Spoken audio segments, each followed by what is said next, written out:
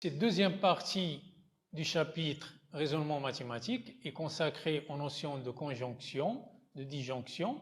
Dans cette partie, on va voir quelques propriétés concernant ces deux notions, notamment les lois de Morgan. On va commencer par un exemple. Considérons deux entiers naturels, xy et p de xy, c'est la proposition xy est un nombre impair.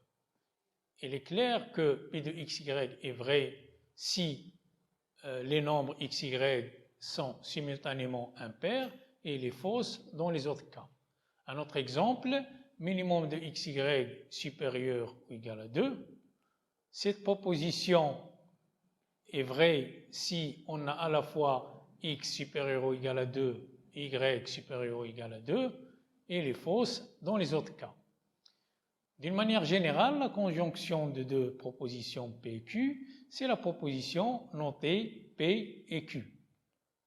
Elle est vraie si les deux propositions P et Q sont vraies et elle est fausse dans les autres cas. On peut résumer tout ça avec un tableau, avec la table de vérité. Donc, dans la première et la deuxième colonne, vous avez les valeurs de vérité qui correspondent à P et Q, et dans la troisième, la valeur de vérité de la conjonction. Un autre exemple, on va prendre toujours deux nombres xy, deux entiers naturels xy, et on va considérer la proposition P de xy qui est xy est un nombre pair. Alors cette fois-ci, P de xy est vrai si l'un ou moins des nombres xy est pair. Et il est fausse dans les autres cas. Un autre exemple, minimum de xy est inférieur ou égal à 2. Si on réfléchit quelques secondes, on s'aperçoit que la proposition Q de xy est vraie si l'un ou moins des nombres xy est inférieur ou égal à 2 et il est fausse dans les autres cas. Alors, la définition de la disjonction, d'une manière générale, la disjonction de deux propositions P et Q, c'est la proposition notée P au Q. Elle est vraie si l'une ou moins des deux propositions P et Q est vraie, et elle est fausse si les deux propositions sont fausses. Alors, grâce à la table de vérité, on peut voir que la disjonction est vraie dans tous les cas, sauf le dernier cas, c'est-à-dire le cas où les deux propositions sont simultanément fausses. Alors, deux propositions sont équivalentes s'ils ont la même valeur de vérité. Si vous êtes en train de faire une démonstration, vous pouvez remplacer une proposition par une autre proposition qui lui est équivalente sans problème, c'est-à-dire sans altérer la validité de votre preuve. Prenons un nombre réel x. Alors la proposition x carré supérieur strictement à 4 est équivalente à la disjonction des deux propositions x inférieur strictement à moins 2 et de la proposition x supérieur strictement à 2. Considérons maintenant deux nombres réels. La proposition xy égale à 0, c'est équivalent à x égale à 0 ou y égale à 0. Alors, la proposition xy égale à 1, ici xy sont des entiers relatifs. Cette proposition est équivalente à x égale à 1 et y égale à 1 ou x égale à moins 1 et y égale à moins 1. Ici, regardez bien la disposition des parenthèses, leur présence est très importante puisque vous avez un mélange de et de ou. Alors on va enchaîner avec des propriétés de ou et de et. La première propriété, c'est une sorte de commutativité. P et Q, c'est équivalent à Q et P.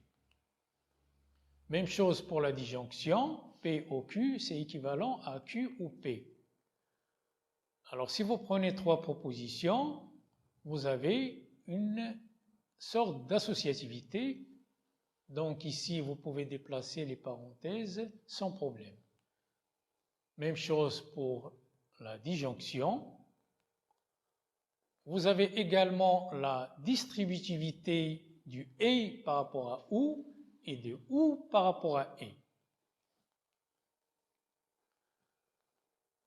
Alors, si vous avez deux propositions, on peut se demander c'est quoi la négation de la conjonction et la négation de la disjonction.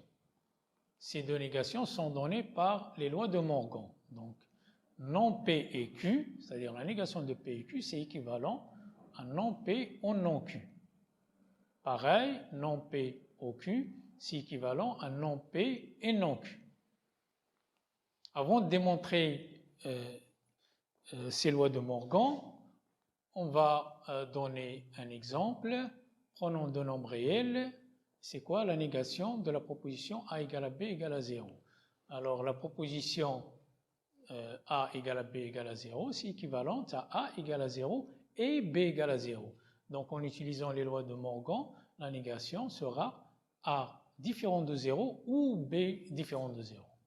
Alors, pour la preuve des lois de Morgan, on peut se contenter de prouver la première. Alors, pour cela, on va dresser la table de vérité, comme vous voyez. Vous avez P, Q. On calcule la valeur de vérité de P et Q, puis de non P et Q, et puis on va comparer, dans tous les cas, cette valeur de vérité avec celle de la proposition non P ou non Q. On peut voir à l'aide du tableau que les deux colonnes sont identiques, donc vous avez l'équivalence entre les deux propositions. Et ça prouve la première loi de Morgan. Alors, on va continuer avec un exercice. Prenons 4 nombres réels x, y, z et a. Alors, écrire à l'aide de et de ou des propositions équivalentes aux deux propositions suivantes. La première, max de x, y, z supérieur ou égal à a, et la seconde, max de x, y, z inférieur ou égal à a.